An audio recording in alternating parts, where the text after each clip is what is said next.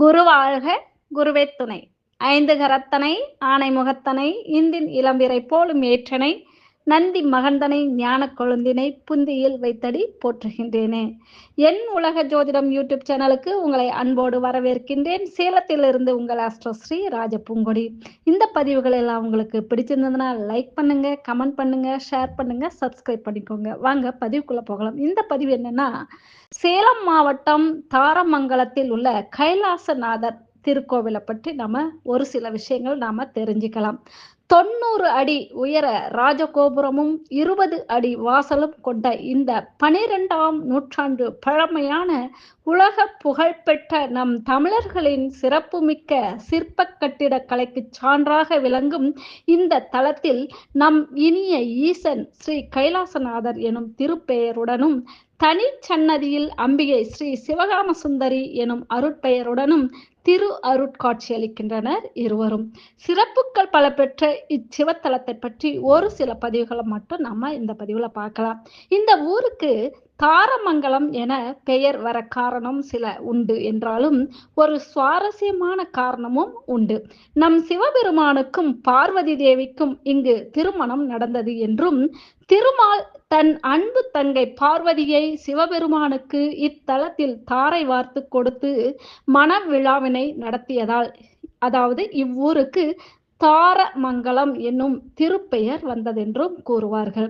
கடந்த 500 ஆண்டுகளுக்கும் மேலாக நம் தமிழகத்தில் புதிதாக கோவில் கட்டுவதற்காகவோ அல்லது சிற்பங்கள் செய்வதற்காகவோ கோவில் நிர்வாகிகளிடம் சிலை வடிக்கும் சிற்பிகள் ஒப்பந்தம் செய்து தாம்பூலம் வாங்கும்போது தாரமங்கலம், தாடிக்கொம்பு, பேரூர், தாராசுரம், பெரிய கோவில், பெரியபாளையம் உள்ளிட்ட சில கோவில்களில் உள்ள சிற்பங்கள் நீங்களாக மற்ற கோவில்களில் உள்ளதை போன்ற சிற்பங்களை நாங்கள் செய்து கொடுக்கிறோம் என்று சொல்லித்தான் இன்றளவும் ஒப்புதல் கொடுக்கிறார்களாம். உலகத்திலேயே மிகச்சிறிய உயிரினமான எறும்புகள் நுழைவதற்காக சிறு துளைகளை விட்டு செதுக்கிய மனிதன் முகமான சிலை இந்த ஆலயத்தில் மட்டும் உள்ளது. இங்கு வீற்றிருக்கும் விநாயகரின் தலையில் ஊற்றும் தண்ணீர் நம் கண்களுக்கு புலப்படாமல் வழிந்தோடி கிணற்றுக்குள் விழும் அற்புதமான வடிகால் முறை இத்தலத்தின் கீழ்ப்பகுதியில் காற்று புக முடியாத அறைக்குள் வீற்றிருக்கும் ஸ்ரீ பாதாள லிங்கேஸ்வரர் மற்றும் 18 ஆயுதங்களை ஏந்திய நடராஜர் சிற்பம், சிங்கத்தின் வாயில் அதாவது வெளியே எடுக்க முடியாத உருளும் கல், ராமன் வாலியை வதைக்கும் சிற்பம் போன்று பல வியந்து சிலிர்க்க வைக்கும் சிற்பங்களை பற்றி இன்னும் பதிவு செய்து கொண்டே போகலாம். அவ்வளவு சிறப்பு. இந்த சிறப்பு மிக்க சிவாலயத்தை கட்ட காரணமாக இருந்த அத்தனை மன்னாதி மன்னர்களுக்கும் கட்டிய கட்டிடக் கலைஞர்களுக்கும் சந்தர்ப்பம் கிடைத்தால் இத்தலத்திற்கு சென்று வியப்புற்று வழிபட்டு வரலாம். நாம் அவர்களுக்கு வணக்கத்தையும் தெரிவித்துக் கொண்டு, சந்திர பகவானும் சூரிய பகவானும் இத்தல இறைவனை வழிபட்டு செல்வதாக ஐதீகம்.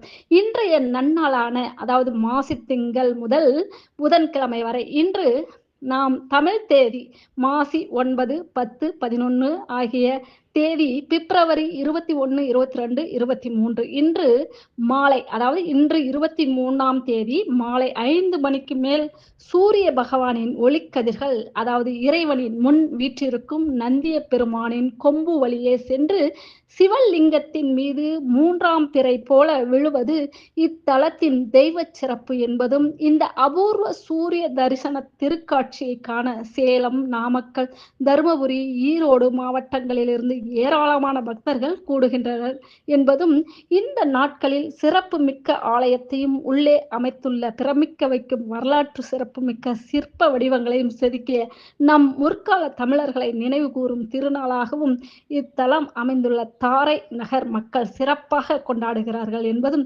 இத்தல சிறப்புகளில் ஒன்று.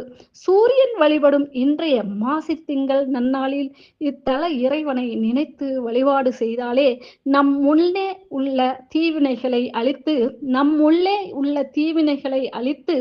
அல்லது குறைத்து நல்வினைகளை பெருக்கிடுவார் என்பது ஐதீகம். ஓம் நம சிவாய நம.